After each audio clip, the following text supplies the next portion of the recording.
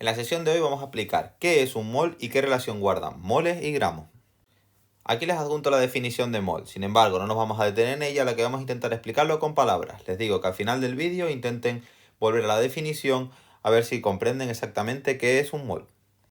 Lo primero de todo, el origen de mol parte de la necesidad de conocer el peso atómico y peso molecular de los elementos y moléculas que se forman tanto en la tabla periódica como en la naturaleza. ¿De dónde partimos? Pues para ello vamos a poner, por ejemplo, el carbono, el cual cuenta con 6 protones, 6 neutrones y 6 electrones. Además, debido a los experimentos, podemos saber el peso que tienen los protones, los neutrones y los electrones por separado. Dado que sabemos el peso de esas partículas y el número de partículas por los que cuenta el átomo de carbono, podemos de tal forma calcular el peso atómico de carbono. En este caso son 12 UMAS. Vale, pero ¿qué relación guarda todo esto con los moles? Y sobre todo, ¿qué son los UMAS?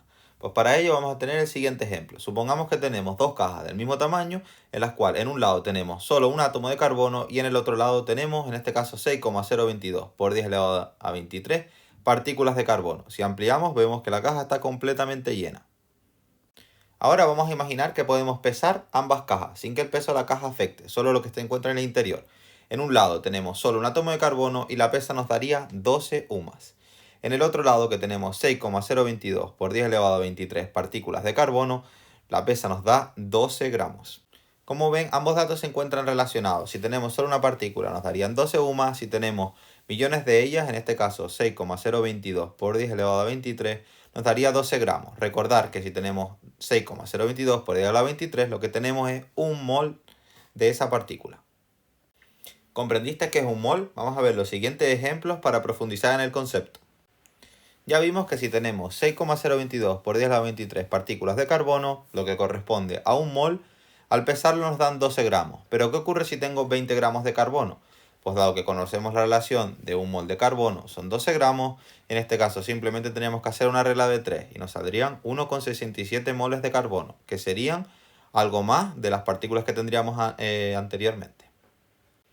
¿Y qué ocurriría si en vez de tener un mol tuviera 2 moles? Pues dado que conocemos la relación, un mol de carbono son 12 gramos, 2 moles de carbono, X.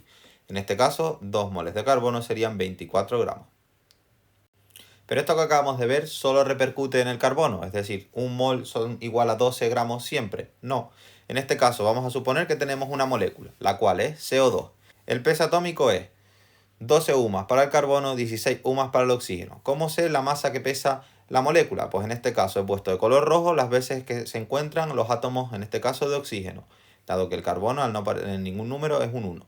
Pues simplemente conociendo el número de veces que está cada uno de los elementos y lo que pesan, puedo sacar la masa de la molécula, en este caso 44 UMAS.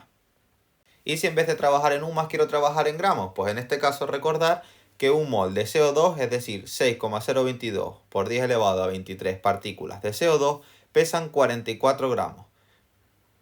Pues ahora que hemos visto con mis palabras qué es un mol, volvamos a la definición y nos dice que un mol es la cantidad en el sistema internacional de sustancia. Un mol contiene exactamente 6,022 por 10 elevado a 23 entidades elementales.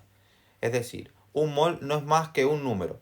En este caso, 6,022 por 10 elevado a 23, ¿qué? Pues pueden ser átomos de carbono, pueden ser átomos de oxígeno, pero también pueden ser moléculas, pueden ser CO2 como puede ser agua.